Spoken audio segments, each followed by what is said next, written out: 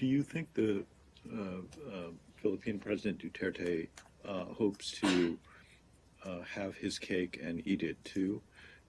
In other words, to assert closer ties with China, to assert separation from the United States, but to, because as you've repeatedly said, you have not had any formal notification or change in any of the underlying relationships, the mill-mill cooperation, et cetera, but to maintain the existing ties with the United States, his rhetoric notwithstanding.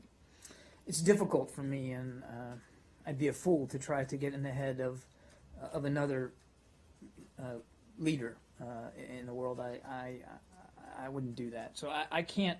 I couldn't speculate about what might be behind some of the rhetoric and where the president is taking it, or where he wants to take his administration. I think that's for him to speak to. But I would like to just foot stomp what I said a few minutes ago, that we don't believe that relationships in that or any other part of the world have to be zero-sum, or binary choices.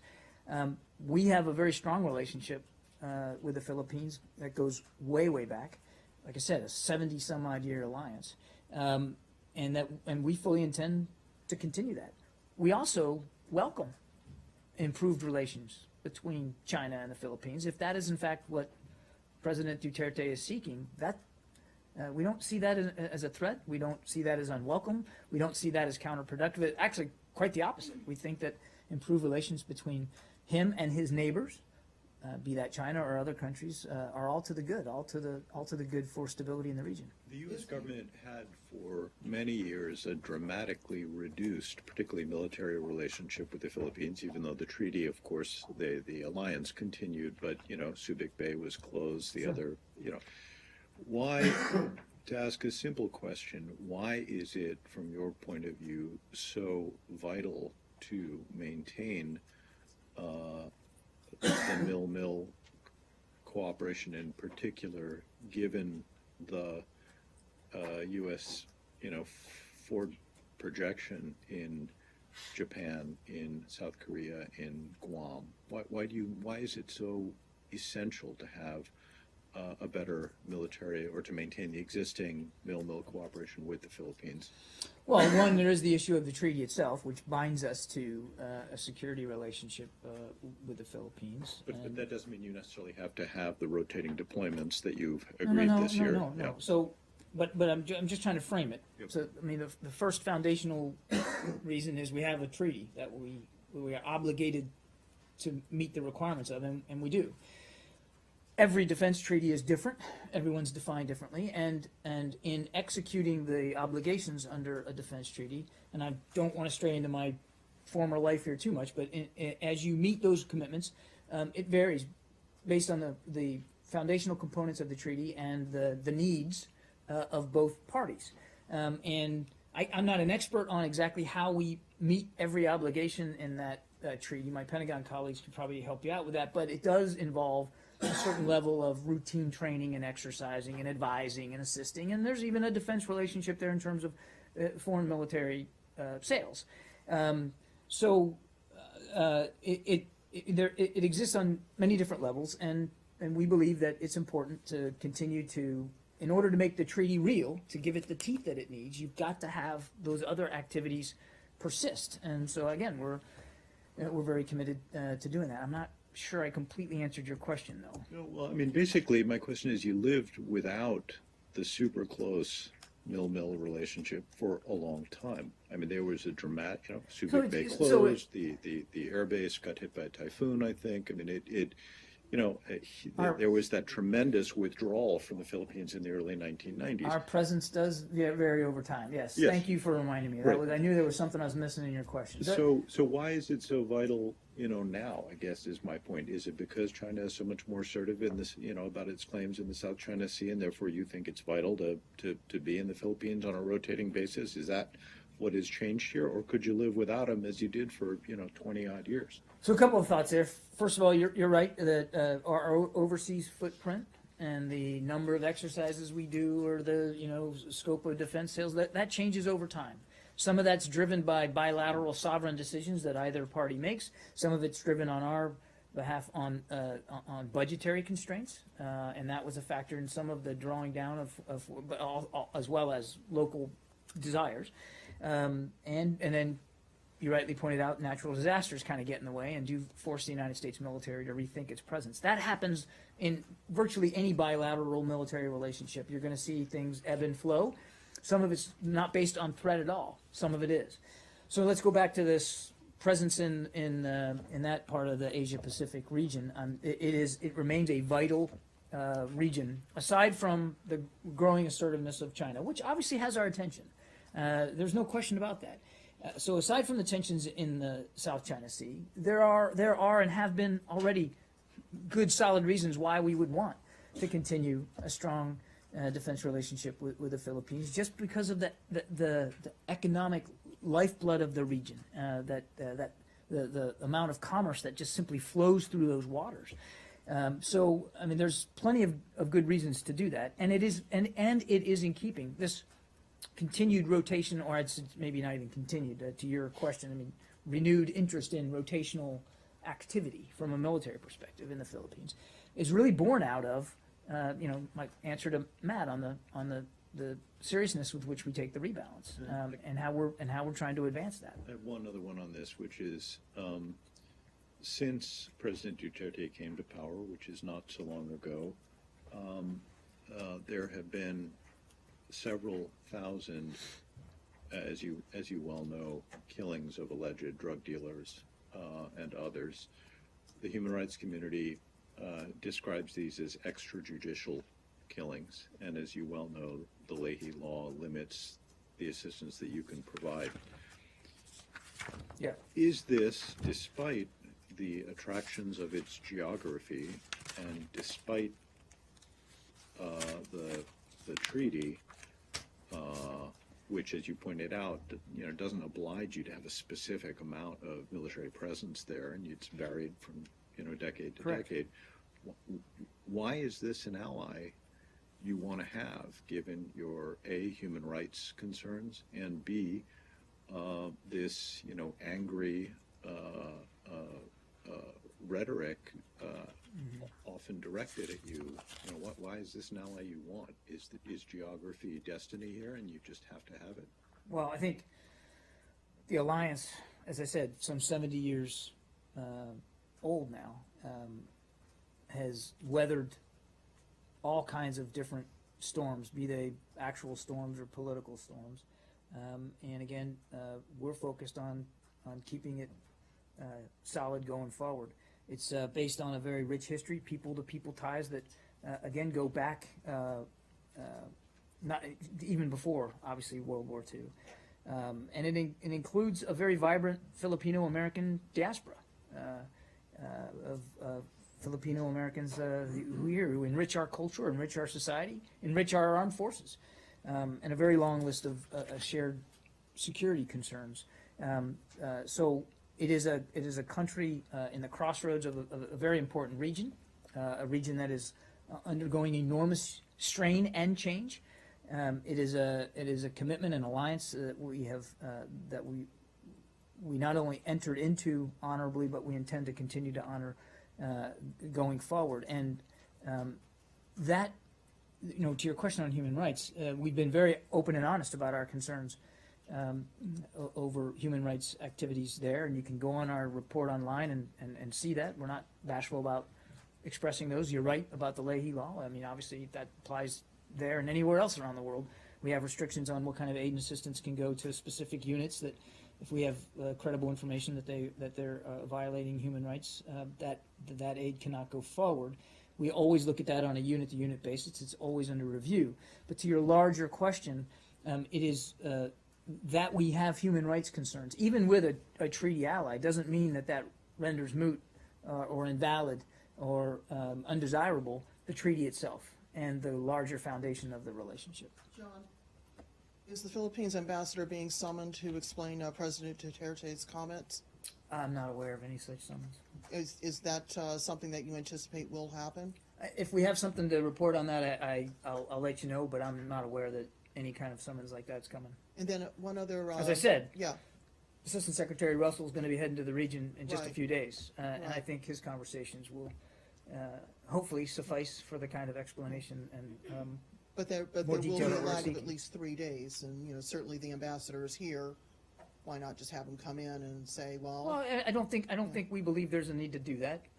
But if that changes, I'll let you know. And then going back to something that you just talked about, the overall relationship between the U.S. and the Philippines, the economic relationship, could that be imperiled given that Philippine workers are hired to work at naval installations around the world? I've seen them with my own eyes at PXs and, cleaning facilities and doing maintenance. School teachers, registered nurses routinely get visas to come work here in the United States, sending home money to a country that I don't think is considered an economic superpower. Does the U.S. believe that President Duterte believes or understands that he could be imperiling a real economic support for his country by making these sorts of comments and making these sorts of overtures to other countries in the region? I have no idea what he thinks or believes about where he's going with these comments. Again, as I told Arshad, I wouldn't put myself in a foreign leader's head. I can't do that. All I can tell you, but you're right. There are many the ties that bind us are many different areas of our sectors of our culture, society, and our government. And there is strong economic ties. And the United States does provide many billions of dollars for aid and assistance to Philippines. And when the Philippines have had natural disasters in the past, the United States was first into the fray to help. We very much want to see that those ties, we want to see those continue, and we want to see them deepen and strengthen. And there's really no reason why they shouldn't. And again, that's why these comments are baffling to us, and not just to us, as I said, to other of our friends and partners in the region. And that's why we'd like to get a little bit better sense of exactly what he meant when he said separation. What does that entail? Is it reasonable to assume that if President Duterte insists upon a change in the mill-to-mill relationship, that the U.S. in turn would reconsider its economic relationships, its visa policies, its immigration policies regarding the Philippines? I don't think it would be helpful to hypothesize or speculate about that kind of stuff right now. Obviously, that's not a future that we are interested in seeing. Huh? Philippines? Yeah, go ahead. So you mentioned that there were friends in the region that were also concerned about his comments. Can you be a little bit more specific on who those countries, or what those countries might be, and what the exact concerns they've expressed? No. Okay. Next question. And then also, do you have any specific comment on the fact that the Philippines has agreed with China to discuss on a bilateral basis the South China Sea issue? Can I confirm that the Philippines and China are discussing? Or do you have a response that they've agreed to bilateral talks? I've seen press reports that they have. I don't know that I can confirm that they've agreed to have bilateral talks on the South China Sea specifically. But as I said, we would welcome a closer bilateral relationship between the Philippines and China. And I would have every expectation that such a bilateral discussion and relationship would include what's going on in the South China Sea. That wouldn't shock or surprise us one bit. But we welcome China and the Philippines being able to have a closer dialogue and discussion. In fact, a closer relationship. Do you think that doesn't bother us? You think that's a positive step in terms of resolving their dispute? I think any dialogue between two nations involved in the tensions there, any dialogue that can lead to peaceful diplomatic solutions to some of the claims disputes, obviously we're in favor of that. Obviously we would see that as a positive, productive thing. And we've been saying that for years now, that we want these things to be resolved peacefully, bilaterally, in accordance with international law and norms. And if President Xi and President Duterte have that kind of conversation and they can arrive at some solutions and reduce the tensions there, that's all to the good. Yeah. So last week, Toner said that the working level relationship between the Philippines and the United States is still strong and rock solid. Have you seen any shift in the working level relationship? No. So recently, outside of the U.S. Embassy in the Philippines, there's been a lot of activity as far as protests and such. Yeah. In fact, a pretty horrible video came out the other day.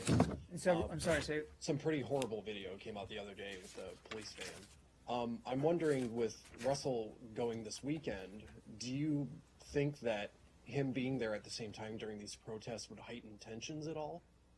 Well, we certainly don't want to see tensions heightened regardless. I don't think that Danny would go if he felt that him going would exacerbate any tensions. I think he's going, again, long scheduled, long planned.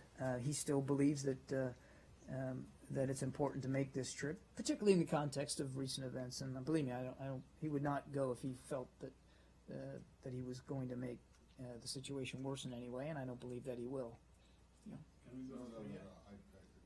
Three, but they're extremely brief.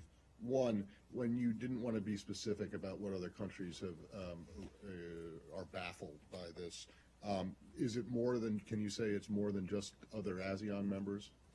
I think We talked about the region. When you said the region, that's Southeast Asia. But I mean, does it extend beyond Southeast Asia? I think there are many. Yes, it does. There are many nations in the region that are concerned and baffled. I'll let them speak for themselves. All right. But Secondly, does it go beyond ASEAN? Yes. Yeah. So I mean, one could assume then it's Japan. I'll just leave it at that. Korea. I'll leave it South at Korea. Secondly, have you heard anything through the embassy there about concerns among American expats living in the Philippines? Because what you mentioned, the Filipino American community here, the diaspora, which is quite large, but there's also quite a big number of American expatriates there. Do you know? Have you heard any reports of concern? We have not. I'm not aware of any specific concerns expressed by Americans that are living overseas. All right. And then lastly on this, I don't know if you're aware of this, but today is the 72nd anniversary of General MacArthur returning to the Philippines after his... I only know because I saw your tweet. Yes, exactly.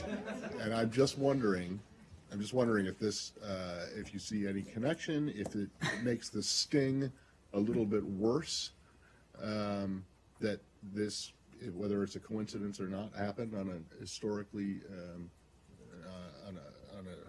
important day, particularly for the Philippines-U.S. relationship. You'd have to talk to, again, the president about No, his motivations. From this end. I know. You'd have to talk to him about the timing of his particular statement and what it meant and whether it was time to coincide with General MacArthur's famous proclamation about returning to the Philippines. We are not focused on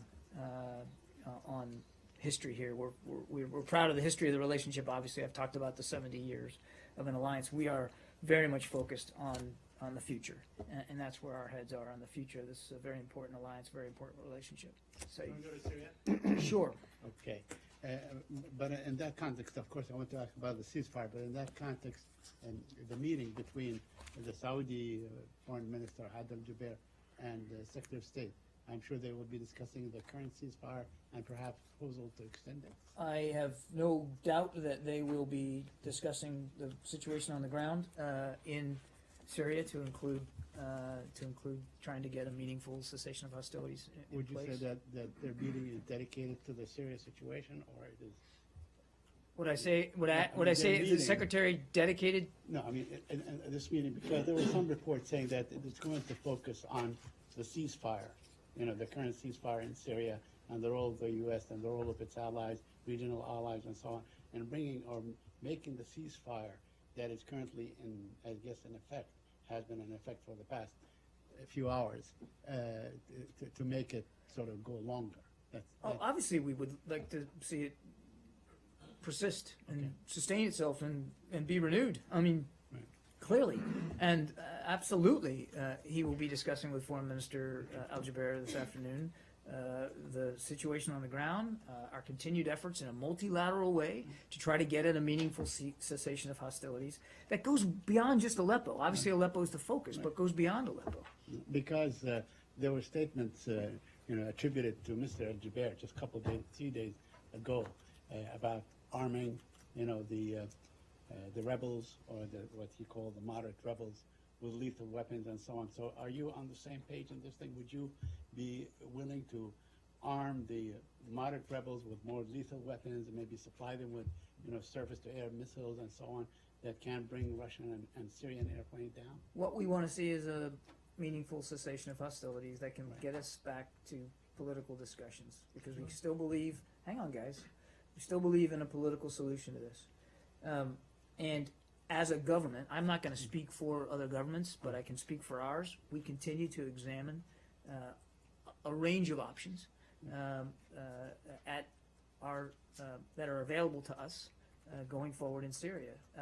But as you and I speak here today, Saeed, nothing has changed about the fact that we continue to believe the best option is a political one, a diplomatic solution. And that is what Secretary Kerry's focus is on. That will be a major topic of discussion when he meets with the foreign minister this afternoon, and that is what we're continuing to work towards. A couple more on this one.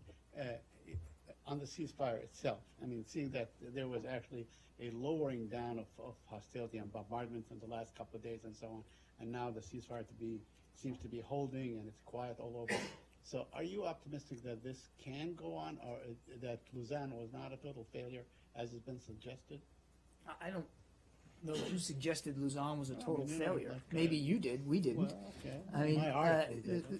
your article No, said I it mean, was. I- Well, there you with that go. information, So it's so, definitive. yeah. No, look, I mean, the Secretary said coming out of the meeting in Lausanne that we got exactly what we expected to get out of it, which was having a good multilateral discussion about ways forward. Did it solve everything? No. And yesterday you heard him say publicly that he has no special expectations, no high sense of expectations right now in these discussions.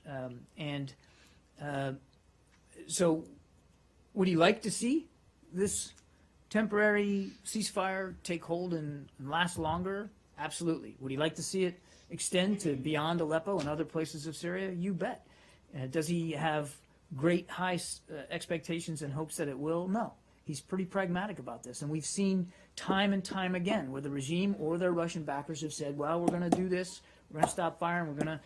We're going to put airplanes on the ground, and then they don't meet it. So we, as he said yesterday, there still has to be a cessation of bombing in Aleppo, or you're never going to get not only peace in Aleppo, but an end to the civil war. You're never going to get the opposition to stop fighting and be willing to come to any kind of negotiated settlement or political talks as long as they continue to see bombs dropping out of the sky. So, again, last few hours, good sign. But it needs to be deeper and broader, and it needs to last a longer period of time. And, again, we're going to have to see how it goes. So just one more. The Russian foreign minister said that the only thing that is standing between a permanent ceasefire in Syria and is the fact that Nusra remains in Aleppo. So if they leave Aleppo, we will have a permanent ceasefire. Do you have any comment on that? I would say the only thing that stands between where we are now and a permanent enduring ceasefire in Syria is Bashar al-Assad. At sa puntong ito ay mainit na sinasalubong ang Pangulo ng Philippine Air Force at Army sa pamamagitan ng isang banda. Inaasahan natin na sa kanyang pagdating nga ay mag-uulat ang Pangulo kaugnay sa naging bunga ng kanyang dalawang magkasunod na state visit sa Brunei at China. Noong nakaraang linggo, tumulak ang Pangulo sa Brunei para sa 3 araw na pagbisita kung saan nakipagpulong ito kay Sultan Haji Hassan al-Bolkiah sa Filipino community at matatandaan ng Brunei dapat ang unang foreign visit ng Pangulo, subalit dahil sa Davao Blast ay hindi ito natuloy. Samantala, lumipad naman ng Pangulo pa Beijing noong October 18 bilang tugon sa imbitasyon ni Chinese President Xi Jinping. Hindi po nga natutunghayan sa live feed ang pagdating ng Pangulo. Ating pong tunghayan. Philippines, President Rodrigo Roa Duterte. Ikaw ang mag-aahon.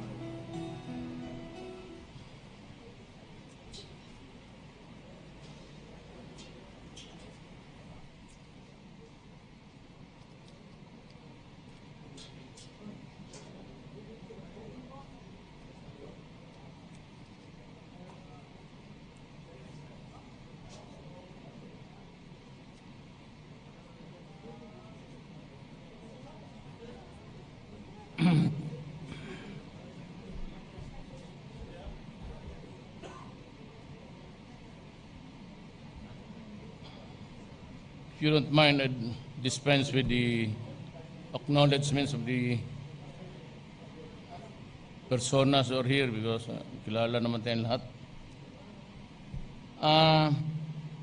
I am glad to be back after my state visits to Brunei, Jerusalem, and the People's Republic of China. In both my visits, we reviewed the sum total of our relations and explored other areas of undertakings that open doors for more meaningful engagements.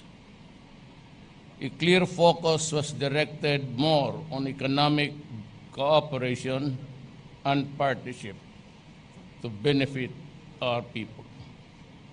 In Brunei, I met His Majesty Sultan Hassan al-Bolkiah, with whom I discussed ways of furthering deepening bilateral relations, particularly through economic cooperation.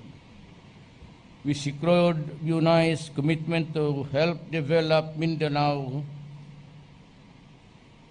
halal industry, especially in certification and in capacity building. Brunei and Mindanao can be twin hubs for the production and export of halal certified products. We agreed to intensify trade and investments and to work closely to further bolster the role of BIMP-IAGA in growing our economies.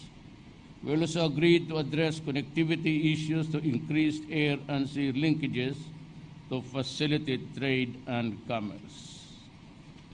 I thank His Majesty's of Brunei's role as a partner for peace and security's continued support for the Philippines' effort to pursue just and lasting peace in Mindanao.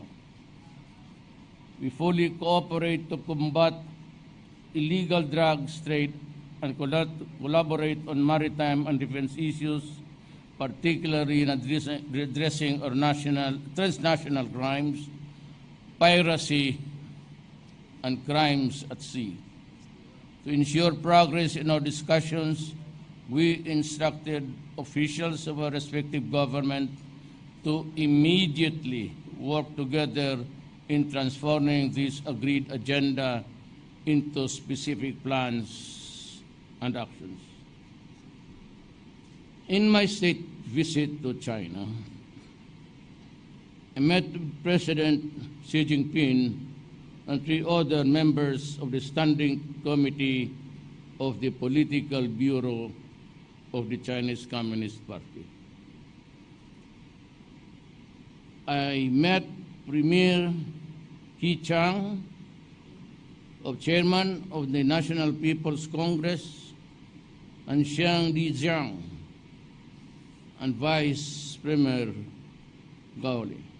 In all meetings, we had productive and extensive discussions of the full range of the Chinese-Philippine relations, from trade and investments to infrastructures and tourism, and to science and technology and health. To realize the vision of a deeper and more meaningful engagement, we have opened formal lines of communications between our government and agreed on the full resumption of the regular bilateral consultations mechanisms which were put on hold for several years. With security and stability recognized as necessary conditions for growth, the Philippines and China affirmed the importance of maintaining and promoting peace, freedom of navigation, and overflight in South China Sea. We acknowledge the need to address disputes through peaceful means in accordance with international law. We also agreed to continue discussions on confidence-building measures, including a bilateral consultation mechanisms to discuss immediate issues of concern in South China Sea. To maintain stability, we also concluded an agreement between our Coast Guards for general cooperation to minimize incidents at sea. To combat the menace of illegal drug, we will continue across a broad range of areas, including in capacity building, equipment upgrading, and support for rehabilitation purposes. With the shared objective of achieving greater growth and prosperity for our peoples, the Philippines and China jointly work closely on building on a robust economic agenda. Our government signed 13 agreements, mostly economic in nature, and these agreements provide a framework to which to carry out intensified cooperation between the Philippines and China. In my meetings with officials and businesses, there was a renewed and heightened sense of optimism in trade relations. The friendship rekindled opened a deeper commitments to significantly enhance trade and investments. My talks have resulted in public financing agreements and a private business deals valued at 24 billion US dollars in soft loans we have agreed from other banks. These agreements covering various fields of economic activities are expected to generate 2 million jobs for the Filipinos in the next 5 years. Your government will continue to work very hard to ensure that these agreements bear concrete results that will better the lives of our people. We shall also make sure that the credit facility and the soft loans will be solely be utilized in public financing that benefits all Filipinos. In my state visit to China, signaled a turning point in our shared history and showed that both countries are fully capable of working together for mutual beneficial cooperation, even as we remain committed to settle disputes peacefully in full adherence of international law. In every step that took the Philippines and China relations further forward, I was guided by the bounden duty to protect the sovereignty of our nation and the interest of our people. In all my engagements abroad, rest assured that I will always pursue our nation's best interest, consistent with our independent foreign policy, anchored on the basic tenets of sovereignty, non-interference, and mutual respect. On the personal side, the warm welcome and expressions of the support of our kababayans in Brunei and China further strengthened my resolve to pursue the various reforms being carried by our government. We will harness our foreign relations to the inclusive growth and sustainable development of our country so that working abroad becomes an option and no longer a need for our people. With this, I seek your continued support and cooperation as we strive to introduce fresh initiatives and more endeavors that will create meaningful changes in ourselves, our families, our communities. Salamat.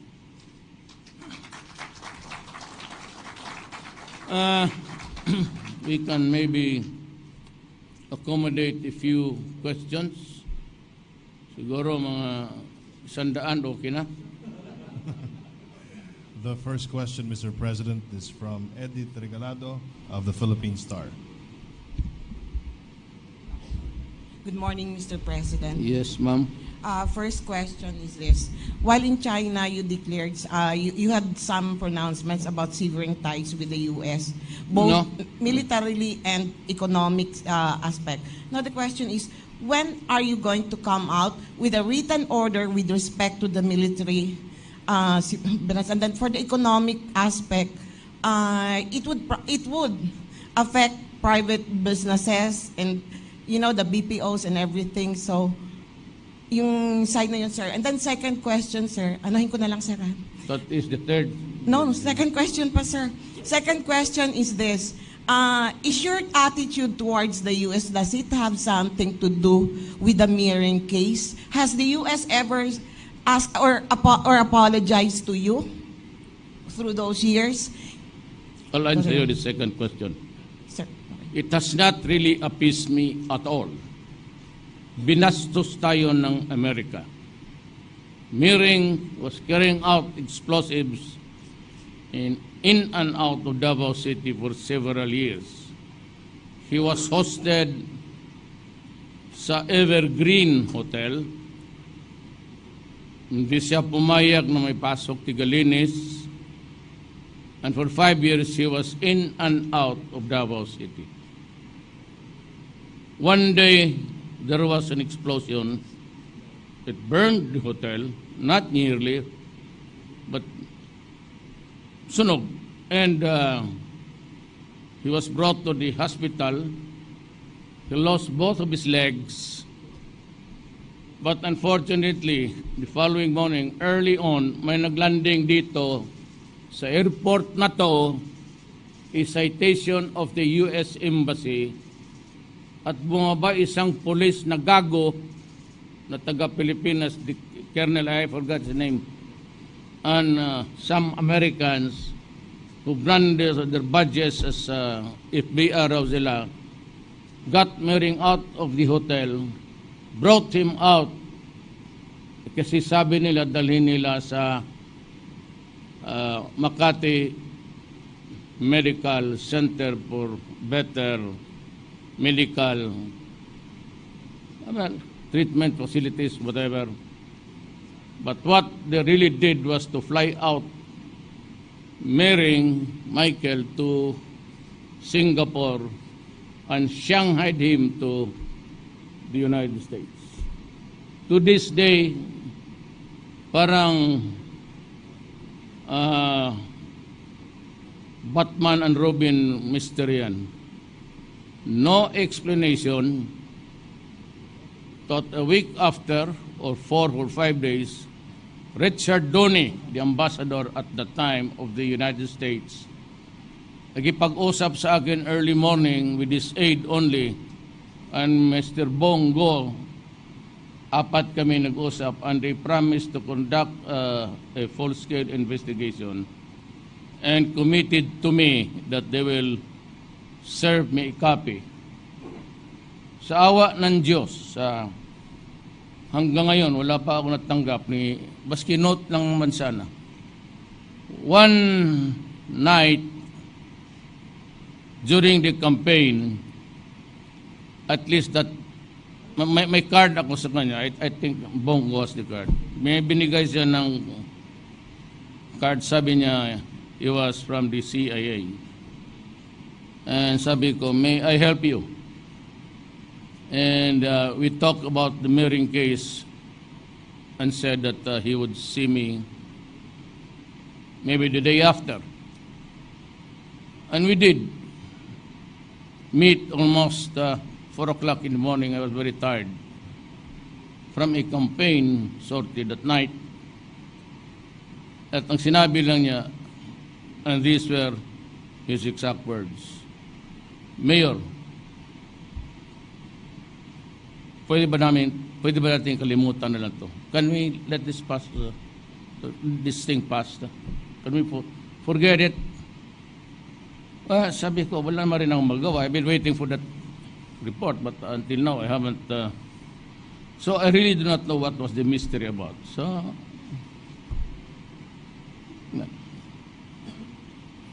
ngayon, itong Amerika, if they violate their sovereignty, they will raise hell. They go to war. Kung tayo ang ginagawa nila sa atin, there wasn't even an apology or anything.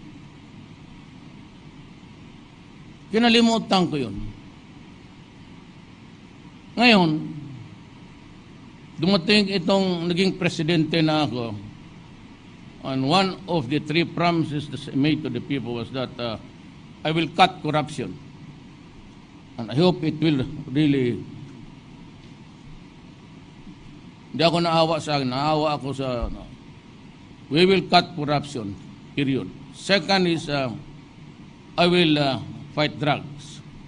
And third, I will cut criminality. Problema ngayon, I am faced with a dilemma.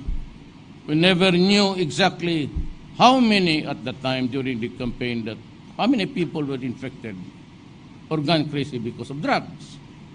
And they knew it because they were there when it was unfolding. Yung 3 million na yun, figure yung ni General Santiago when he headed the PDEA. Hindi ko binilang yung akin kasi until now, we are receiving surrenderies, and I think by the end of the year, it would have reached the 4 million mark. Alam nila yan. And so I was hard-pressed. They knew, they operate a government. They knew that I was a mid-term president, that I entered into the picture operating on a budget that was prepared last year by President Aquino for the operation of this year. And I was hard-pressed on everything. And yet they had the goal, these idiots, they would just say, why Duterte? Why is he killing the criminals? Why does he not just build enough rehab centers for 3 million immediately kaagad? It's easy to criticize. With that, they knew that I had no money. I am now operating on a budget. We do not have capital outlay. Ang atin is the maintenance MOE. MOE lang tayo. Pang sweldo, pang tawid na lang itong sa. And that's the problem. And so I ordered a full-scale war. I did not order a police action, but because that would not have enough. So when I became president, I pressed everybody. And lo and behold, we are now nearing 4 million drug addicts in this country. Alam mong ginawa ng Amerika? Ang una-una itong human rights, I know who's that idiot, also another idiot. There were plenty of idiots there criticizing me about human rights. Sinakyan nila an issue of extrajudicial killing, which was not an issue at all. You were here, we were all around. It was not an issue against me. Until the dying days of the campaign, when my ratings were going up, lahat ng basura, and this senator who talks with his mouth with his foot on his mouth, binasura na pati corruption. I said, open the banks and all, you can have. I authorize everybody, go and search for the money. At itong extrajudicial killing. Ngayon, Ibinigyan mo ako ng pan. I was the one that avoided it, but you gave the window. So ayun. Ito, galit ako sa kanila. Kasi yung 3,000 na namatay, they would like to make appear like an idiot that they were all killed extrajudicially. Not counting the policemen and soldiers I lose every day to fight the drug problem.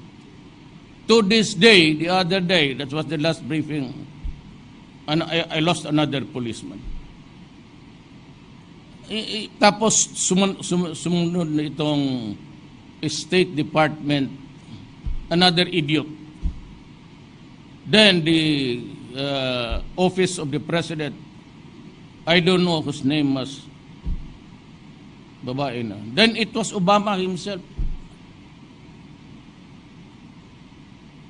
You know, if somebody can give me an answer, I will resign tonight in handwriting. Tell me what was wrong when the United States declared war against Iraq on a pretext of mass weapons of mass destruction. They entered Iraq, they killed Saddam, destroyed the country, killed so many people, only to find out that there was no weapons of mass destruction. Tell me if it is right, because I will resign. Any man here in this room would stand up before me and say, it was moral, it was right to kill a leader of a nation, wipe out his people, and have the gall to criticize me about human rights violation. They undermined Libya. Libya is a failed state. They are eating Saddam slowly. Were it not for the fact that China and Russia are supporting Syria. Why? Why? Because if Assad is out, they would have destroyed the entire Middle East. Why? Maybe oil. Why? Stupidity. Another reason. Idiotic behavior. Yan ang problema yan. Kaya ako galit kay Mary because binastos nila ako. Nung tinanong ninyo ako kinaumagan, you were the one who asked the question, isa ka pa. Sabi niya, si Mary na wala. So I called Lasa, who is now the mayor of Agonay. Colonel Lasa, he was the chief of police at the time. Sabi niya, Mayor, hindi ko alam. So I called General Peña, who was the RD here. Sabi ko, ano nangyari? Sabi niya, Mayor, hindi ko talaga alam. So, what do you call that? Is that respect? Mutual respect and papahigil mo muna ako, uminit na inunaon ng tubig. Ikaw kasi marunong ka talaga mapainit na makatulog ngayong gabi. Ikaw na. Tapos sabihin ninyo ang Amerika lives by the values of what? Whose value is it? Your value? Our values? Because if there is one thing that they don't really want to, if there is one thing that the Americans have failed miserably, it is in the province of the human dignity. Dali kayong basta kung just like Obama, during the Laos meeting, I was here. I answered a particular question, ano gawin mo pagka in-erase nila yung extrajudicial? Anong sinagot ko sa inyo? Huwag ninyo akong bastusin kasi pag bababuyin ko talaga kay doon. Did I mention Obama? But when I said the following day, because it was fed to him, those were hurting words with the president. Hindi ko nga siya pinansin eh. And he didn't even bother to say, no, I was wrong, Duterte. I thought you were because my idiotic group also told me that you said this and that. I never mentioned his name. And so what I did was, during the roundtable engagement, sinlabas ko yung picture ng massacre. And somebody, mga bright itong Pilipino, and even in that anchor something, there was this group of Filipinos. You know, it's 1 century ago. Those are not my words. Before the election, I tried to reach everybody. Norm Iswari, the communist, I went to Murad, there, ng panan doon sa kampo nila. I talked with Jafar, and we talked again here. But I said I was not satisfied. I tried to reach out to the Abu Sayyaf and to the radical groups. And to, bantay ka dyan yung mga scholars. They do not carry arms, but they preach fundamentalism. And he told me, Mayor Duterte, we can talk to you, but we will not negotiate peace with you. Why? Because the Americans are still there in your country. We see so many of them, the special forces, scattered all over Mindanao. And they are here to finish us through your... They are there to advise your troops how to wipe us out in the face of the earth. Kaya sabi ko, I cannot even talk this. This particular massacre did not happen yesterday. Sabi lang nila, hindi akin yun. Sa mga scholars. We cannot forget it because so many, sila ang dapat sisihin. The Filipinos at that time, mahirap lang, pobre. We didn't have that camera. They all got those pictures of killings, massacre, piled bodies, with the soldier putting his foot on the breast of a woman. Ginawa nila, even as a postcard, at kinuha niya nila na yung mga bright na kinuha yan doon sa archives nila, hindi sa atin. So, gano'n. Tapos tayo dyan. Yan. The last question. May idagdag pa ako. Kaya ako, pati pa itong iyo diputa, isa ring ugok, some lawyers of EU, nulat-nulatan ako that I could be, ang masakit dyan, ganito, putang ina nila.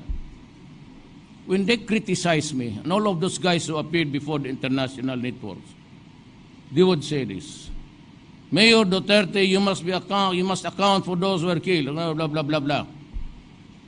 Remember that if you do that, we will cut the assistance and the aid money. Putang ina kayo. Ganon kaliit ang tingin ninyo sa amin. Pumunta ka dito, ipakain ko yung dollar mo. Sila, bastos yun eh. Kaya if I react in the manner of a Filipino na galit sa kanila. Kaya ako nag-iinsulto ng tao. What is there to defend my integrity and the integrity of the people of the Philippines? Ganon ninyo, paano ang mga Pilipino sa labas? Nandiyan na nga, nagpakahirap na, tapos that we will cut the assistance. Putang ina, iilo ninyo yung pera ninyo. You know what is an ilo? That's a piece of paper. When you run out of toilet paper, you wipe out your ass. God damn it. Bullshit kayo. Why am I saying this? It sounds the height of vulgarity. You started it. You give me 10, I'll give you 20. Bakit din yung sabihin na we will not give the aid unless you... Who are you to say that to me? Bastos ka, sabi ko sa inyo eh. Do not do that kasi bababuin ko kayo. So now, the doors are open again. There's a window open. Talagang bababuin ko kayo. Unstatesmanship. I am not running for any statesman. There's no position in this planet statesmanship. You can eat it all. But I have a country to protect and the dignity of the people. That's why I give back to you full length of what you want to say about me.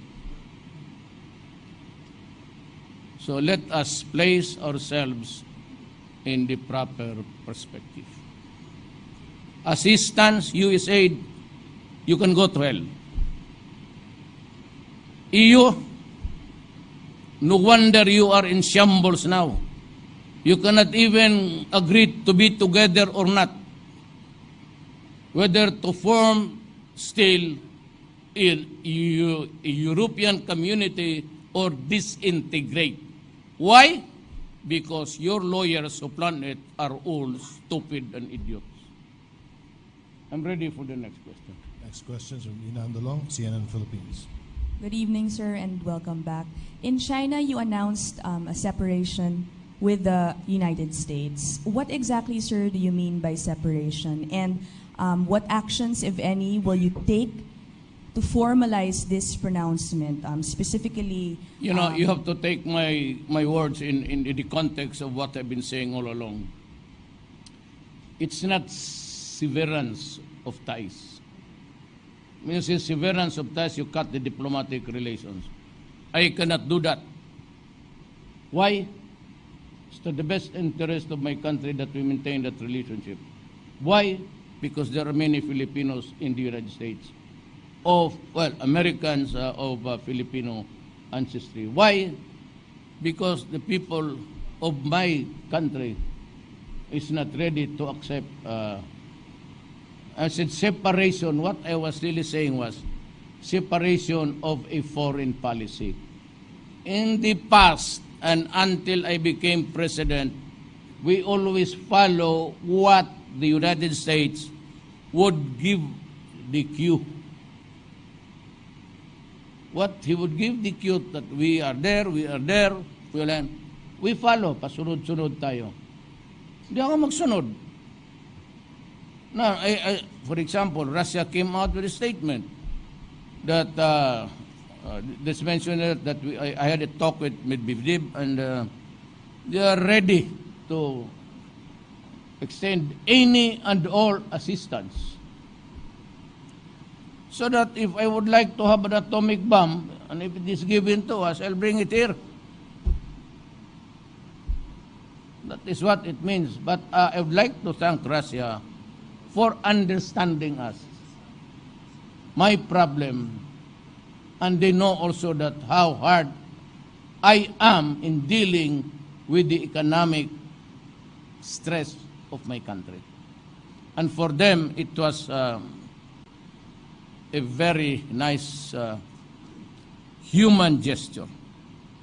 To the Russian Republic, salamat po. Last from me, sir. The pronouncement has raised concerns or questions on what it could or how it could impact existing deals like the VFA or EDCA, the Mutual Defense Treaty, and also concerns from Filipinos in the U.S., sir, working there, and yes, those hired by U.S. BPO. That's what I said.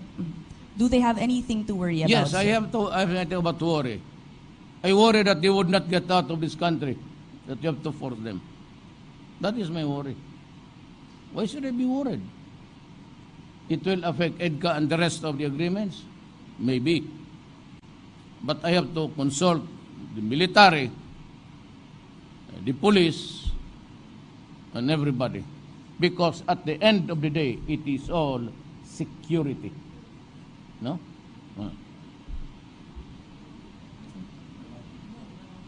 Sir, yung sa Filipino workers hired here, they're here working for American BPOs. Do they have something to worry about? Well, how about the Americans working for here also in the Philippines?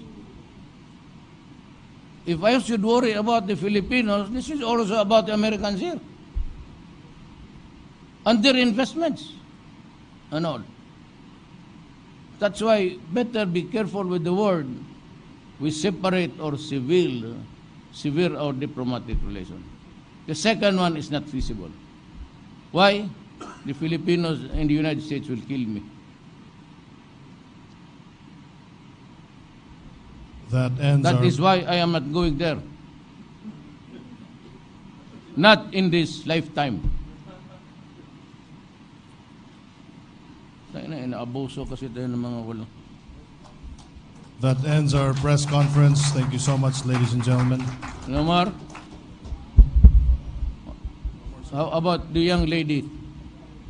The blue shirt. You'll have your time. Alam mo, nagpapakpak lang ito kaya inaantok na to. Galing kami Beijing. Hi, sir. Also in Beijing, you announced the alliance, you're eyeing alliance with China and Russia. Apart from these countries, what other countries are you looking for to have alliances with? So many alliances, really, actually. Alliance is a generic term. That there is so many agreements, so many treaties to talk about. What is very important is that we have agreed to help each other economically. But the bulk of that burden would really be coming from China. Look at what happened. They just gave us 13 billion. It's not easy to just give so much money to a debtor na walang siguro. But the fact that they have the trust and confidence for us to pay on a long-term soft loan that would give us the drive, the impetus.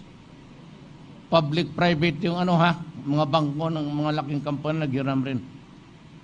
It will be published. I'm sure those are things which are not confidential anyway. And on a personal note, yung among usapan namin, you may ask me some other time because it's late. But I would be able to answer you at least some, but not all. Sir? If security matters, that's not a proper subject matter. Sir, follow up. There are some people na nagsasabi na you are announcing your separation from US, and yet you just announced alliance with China and Russia. Hindi po ba conflicting yun dun sa lagi natin sinasabing independent policy, foreign policy? Your thoughts May I on look that, sir? at you for a moment?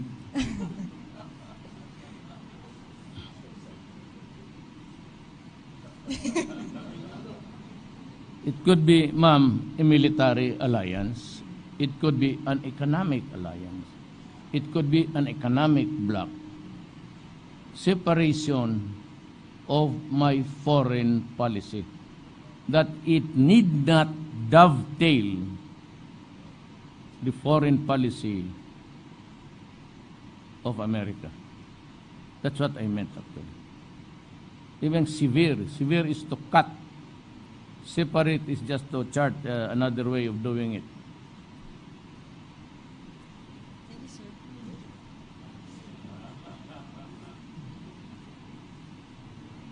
Forgot to announce your name. Kasi yes. Para walang walang magsama ng loob. Then Jamie ang sunod. Siguro We can maybe last 2 questions or 3, maybe 3 questions. Mr. Masahi Yamaguchi of NHK Japan. So welcome back. I am a reporter of Japanese Public Broadcasting Corporation, NHK, and next week, President will go to Japan and meet Prime Minister Abe. What are you looking forward to meet him, and what are you looking forward to talk about? Well, last week, Japan donate Coast Guard ship. Like this, Japan government has a concern about dispute about South China Sea, and next week, do you plan to talk about the dispute about the South China Sea? Well, I didn't get your questions in totality, but I'll just answer you. First, yes, I'm going to China to visit Japan. Well, Japan nga pala.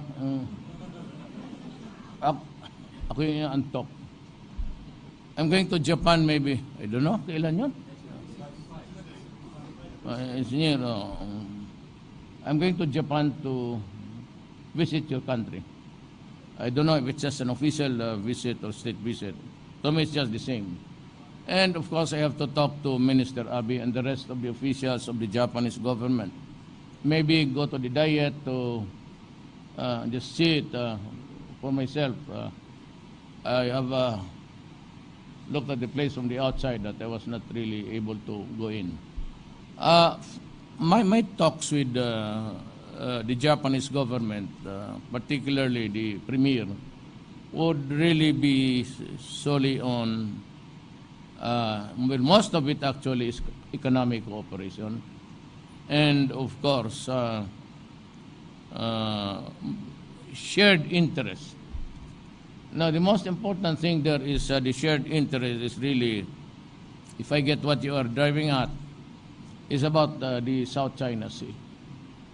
You know, I said I cannot talk for your country. I have to wait until I meet Minister Abe what would really be talking about.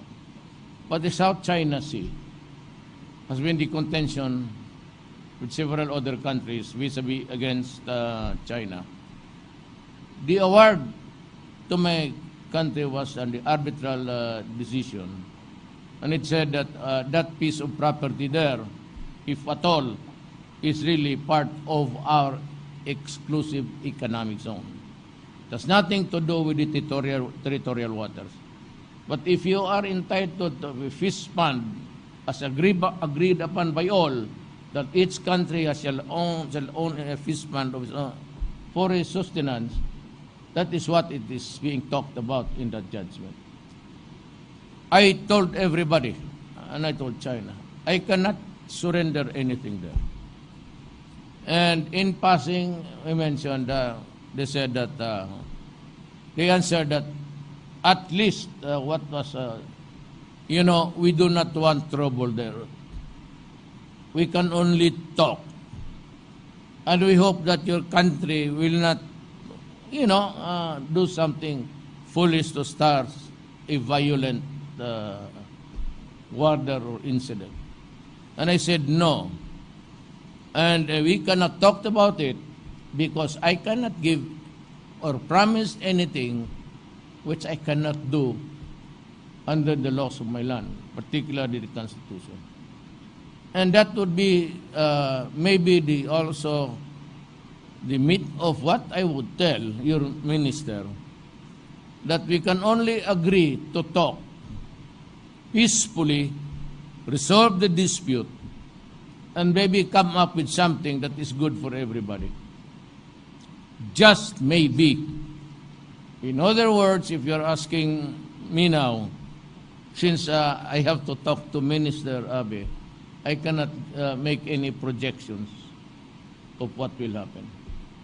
But to the Chinese government, I said, well, if that is the thing, that is what is in your mind, because that is also my stand, we will find a day to talk about it only on the issue of the South China Sea and no topic at all.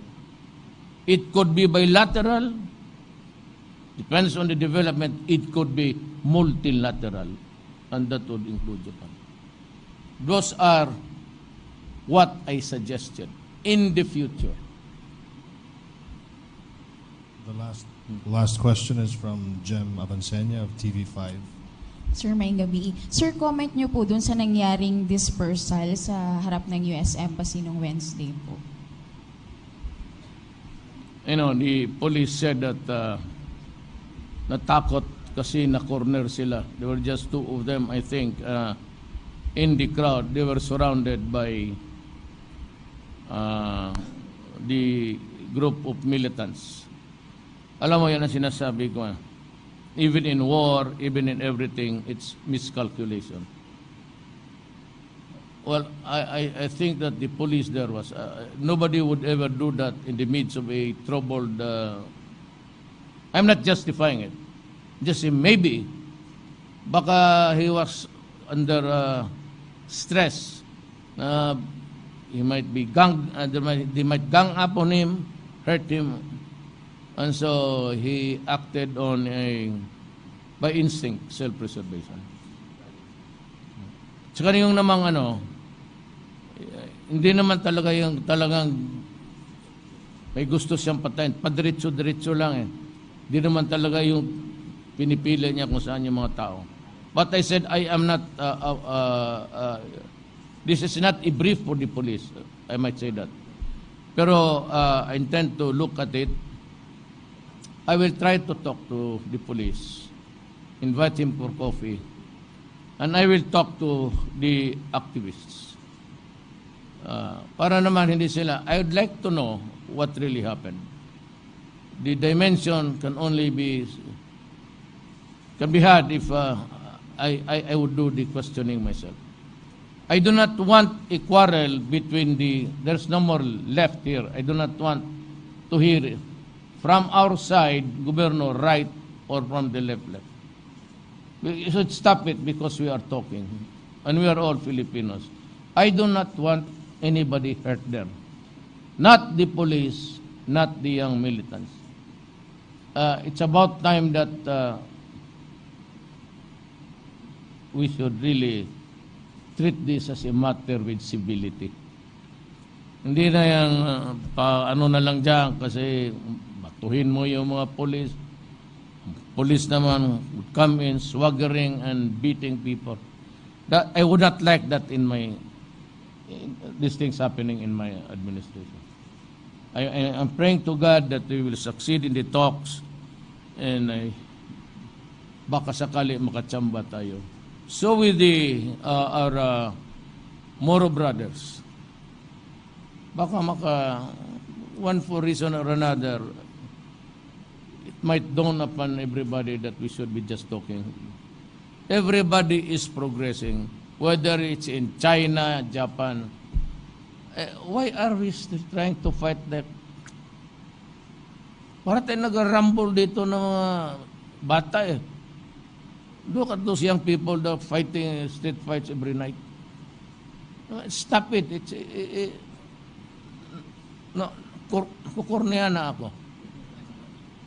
But this is one thing I'd like to suggest. I do not want any firearms during demonstrations. Maybe, but no M16s there. Wala, this should be stationed far away. The worst that they can do, or maybe the demonstration is cause damage. I do not want to see M16s. There's no fighting there that will ever happen. I mean, those are anathema in the modern sense of the word, demonstrations. They're everywhere. In every country, they are always demonstrations. And the government, police and military should expect that when there is almost a disagreement, a dissent, everybody in any country It could be Turkey, it could be anywhere. It's always France. Nandyan talaga yung demonstrations. It is part of the territory of democracy.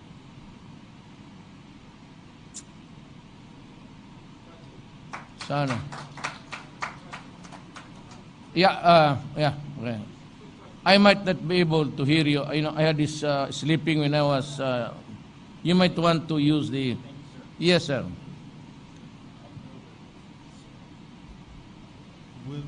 Will Ripley of CNN Tokyo.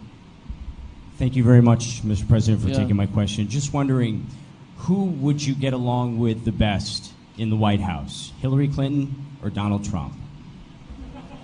You know, my friend, I would like to answer your question candidly, honestly, and truthfully. Problem is, of course, personally, it do not really matter much. But I am a president of a country, and we have these splendid relations with America. And the fact that there are already millions of Filipinos, maybe in your country. Are you an American? Okay. I cannot gamble an answer. Because either way it would affect, they might create a hostility here, antagonism here. So I'm better off in saying that my favorite hero is Putin.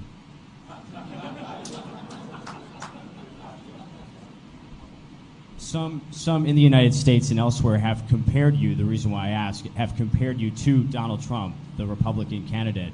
What do you make of those comparisons? Speaking off the cuff, speaking what's on your mind. Donald Trump has also done the same thing. Valid issues, actually. Valid issues. Trump is airing something which is should also be a concern. One is terrorism. Everybody should be worried about terrorism. And of course, in this modern world, multicultural countries, again, there should be some semblance of, acceptance and maybe, especially in the matter of religion, tolerance. Those are broad words, but they have deeper meanings if you go into it.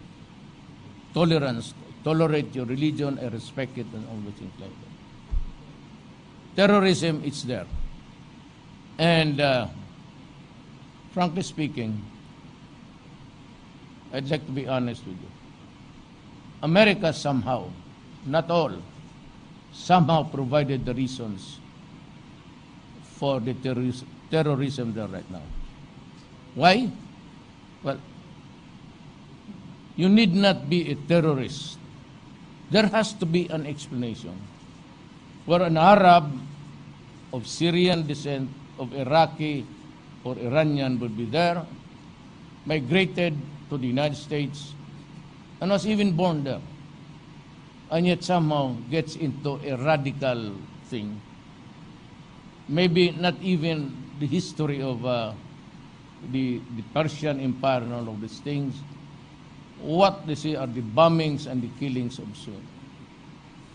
And if I were it's not being done on the Filipino, I would really, and even you, if you are from the outside and you see Americans being treated that way, villages bombed, killing soldiers, and even hospitals, and just say, oh, it was the wrong target. You, by those pictures alone, you need not physically bring him inside the United States. With those images on TV and on the Facebook, you have created so much terrorism in your country. That is what I can say honestly, my observation about America. You have imported terrorism to your land. Okay? Yes, sir. The last one, the third. Yeah, okay. Ian Cruz of GMA. Welcome back, Mr. President. Ian Cruz of GMA7, sir. Sir, did you bring up the issue of Filipinos fishing rights in the Scarborough Shoal with President Xi Jinping? And was there any assurance from the Chinese that they will not reclaim any part of the Scarborough Shoal, sir? I leave it to the, yes, of course we did. I leave it to the Chinese authorities what they will do in the next few days from now. Napag-usapan namin, pero no. I leave it to them to, it's one of the things I said that in the private talks, which I cannot. But tingnan natin. Let us see what develops in the days to come. Last, hindi ka man bidya.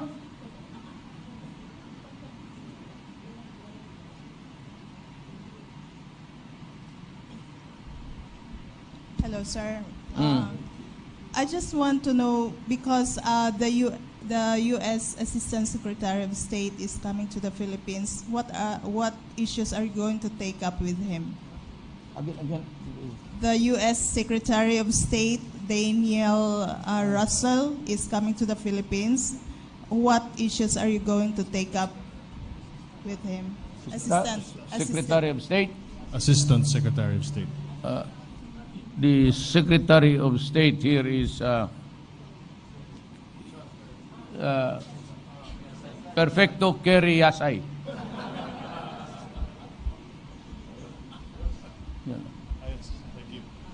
Thank you, ladies Salamat. and gentlemen. Thank you, Mr. President.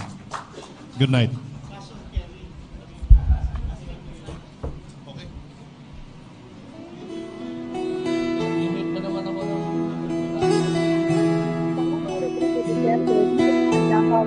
International Airport makarang dumating mula sa kanyang state visit sa China at Brunei.